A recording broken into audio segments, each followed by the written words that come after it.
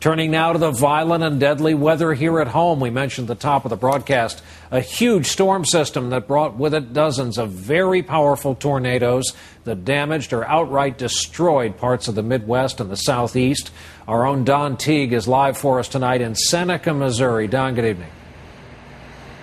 Good evening, Brian. Meteorologists say it was an F4 tornado with winds approaching 200 miles an hour that tossed these cars around and killed so many people here in Missouri. Those who saw the tornado say it was nearly a mile wide. Was blown around. For the second time in 19 years, Bob and Terry Wilcox are starting over. Last time it was a house fire that took everything.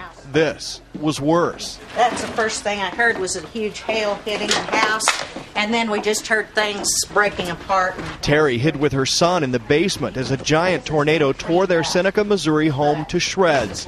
The kitchen sink now hangs in a tree 100 feet away. You can't imagine what was behind us. It's unbelievable.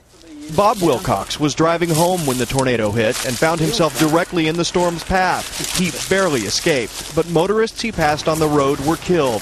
Their cars tossed more than 200 yards. My advice is you better be ready to go, because you never know when your time's coming. You just better be ready. Okay, it's in a neighborhood. The tornadoes that tore across the mid-plains and southeast over the weekend killed 23 people and injured hundreds more. The devastated town of Pitcher, Oklahoma may never recover.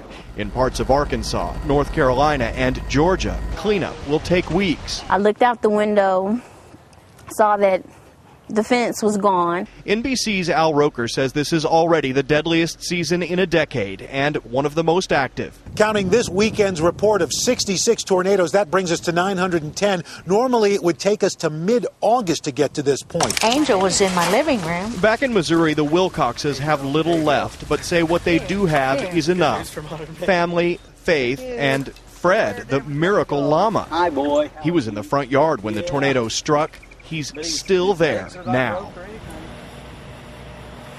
That llama survived a direct hit by an F4 tornado without a scratch, but many of the people who had been in the cars in this field behind me were seriously injured or killed. It's just another example of how tragically random destruction from a tornado can be. Brian? Don Teague out in Seneca, Missouri for us tonight. Don, thank you for that report.